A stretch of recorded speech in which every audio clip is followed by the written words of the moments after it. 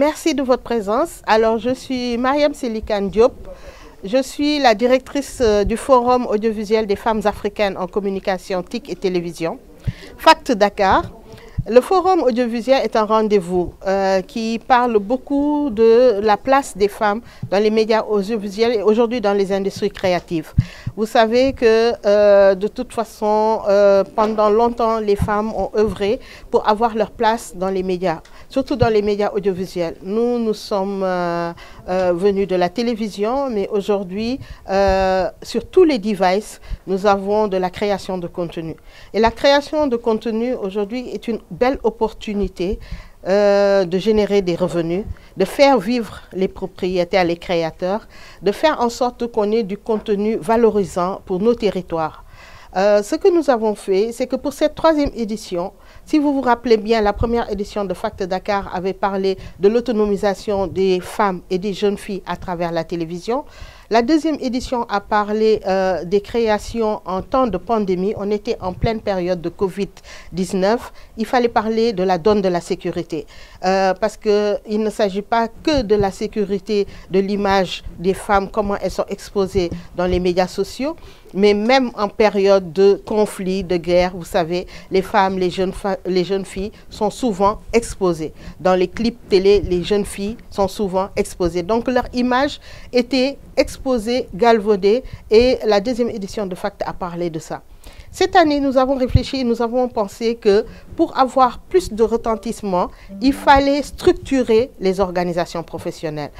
On sort un peu du gender sensitive, on sort un peu de la sensibilité femme, genre, pour parler globalement de comment structurer les organisations professionnelles qui s'activent dans l'audiovisuel et dans le digital. Pourquoi les structurer? Parce que nous avons pensé que dans nos pays, en Afrique francophone, nous avions des problèmes de ressources financières.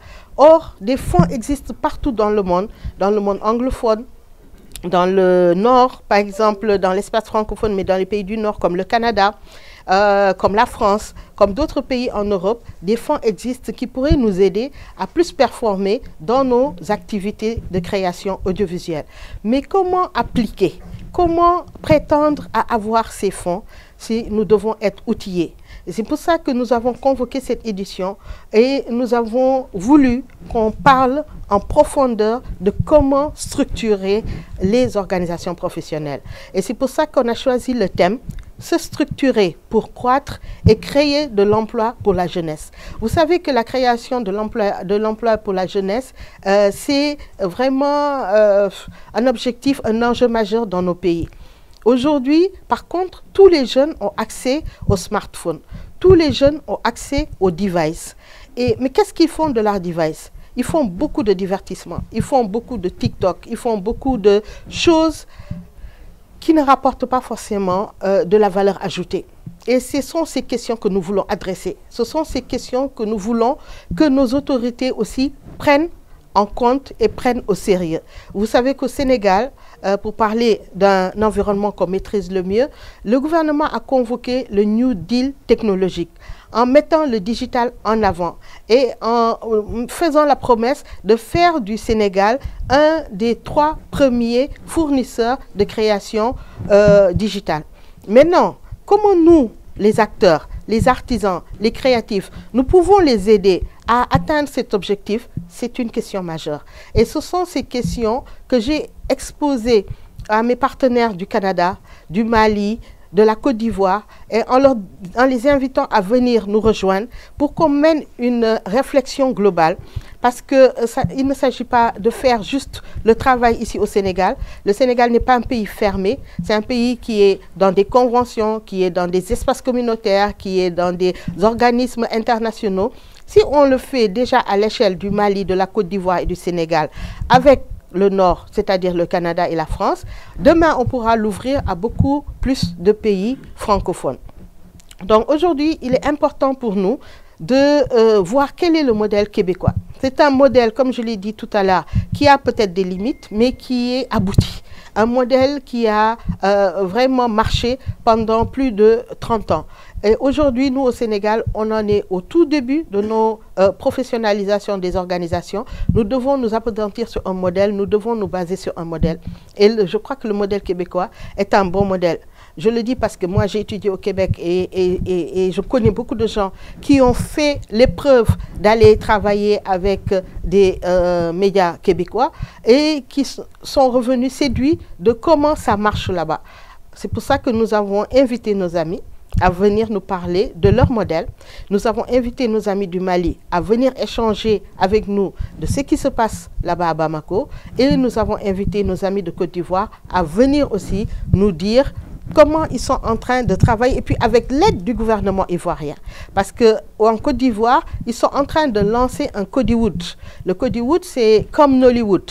C'est un système de distribution de toutes les productions ivoiriennes qui vont mettre en place un label Made in Côte d'Ivoire. Aujourd'hui, au Sénégal, on voudrait aspirer à ça. On ne le fait pas juste parce qu'on voudrait que notre patrimoine augmente ou parce qu'on voudrait que le label Made in Sénégal soit connu partout. On le veut aussi pour que ça soit des activités génératrices de revenus pour notre jeunesse. Pour que nos jeunes, quand ils ont entre leurs mains leur téléphone, qu'ils sachent qu'ils ont entre leurs mains des outils de travail. Qu'ils sachent qu'ils ont entre leurs mains des outils qui peuvent les aider. Qu'ils sachent qu'ils ont entre leurs mains des outils, même si c'est du TikTok ou n'importe quelle autre plateforme de distribution, qu'ils y mettent du contenu qui est intéressant, du contenu qui nous ressemble, du contenu qui raconte nos histoires et du contenu qui peut intéresser l'international, qui peut intéresser les gens qui le voient de l'extérieur. On est 3 milliards, 4 milliards d'habitants dans le monde. Ça peut absolument les aider à avoir des revenus et à vivre de leur art. Parce que nos jeunes ont du talent. Le problème, c'est qu'ils ne sont pas organisés et ils n'ont pas de modèle et ils ne sont pas formés. Donc la donne de la formation, ça aussi c'est important. Voilà pourquoi nous avons organisé cette 3e édition de Fact Dakar pour vraiment mettre en place des canevas, des gabarits, que les gens qui veulent s'inspirer, et c'est pour ça que nous avons convié plutôt les organisations professionnelles, parce que les organisations professionnelles, c'est une de leurs lacunes que de ne pas avoir de modèle ou de canevas ou d'aide, parce qu'on n'investit pas beaucoup dans la formation. Aujourd'hui, quand on réunit tout ce monde-là, on peut faire du B2B. Les gens peuvent s'isoler, parler entre eux. Les gens peuvent regarder ce qui se fait ailleurs. Et sur les smartphones, on peut montrer des modèles. On peut aller plus en profondeur que si on le faisait via des formations en ligne ou bien des choses comme ça. Et c'est toujours plus meilleur que de se retrouver, de manger ensemble, d'échanger, de confronter nos cultures pour la survie de nos territoires. Voilà pourquoi nous avons organisé cette édition sur 2 jours et demi. Donc nous allons parler de structuration, nous allons parler de la place de l'Afrique dans les réseaux sociaux, du rôle des influenceurs. Vous connaissez tous les influenceurs. Quel est vraiment leur rôle aujourd'hui? Est-ce que ce sont des gens qui font avancer l'Afrique ou bien est-ce que ce sont des gens qui font reculer l'Afrique? Nous allons parler de comment l'écosystème du Québec peut interagir avec l'écosystème de l'Afrique de l'Ouest, du Sénégal, du Mali et de la Côte d'Ivoire. Et en dernier panel, nous avons voulu convoquer, quand même pour revenir à nos premiers amours, c'est-à-dire la place des femmes dans les médias, nous avons voulu convoquer un panel sur les financements alternatifs pour les créations qui concernent spécifiquement les genres. Pourquoi? Parce que dans le monde, il y a des fondations, des organismes internationaux et des mêmes mandataires, des commanditaires qui ne veulent financer que des femmes, qui ne veulent financer que des créations qui parlent des femmes. Alors aujourd'hui, nous allons leur faire une ouverture. C'est toujours pour donner des idées à nos créateurs, à nos journalistes, à nos gens des médias qui ont des histoires qui parlent de la vie des femmes, de leur vécu, de leurs trucs, de leurs problématiques, de trouver des financements qui vont les aider à monter leurs projets.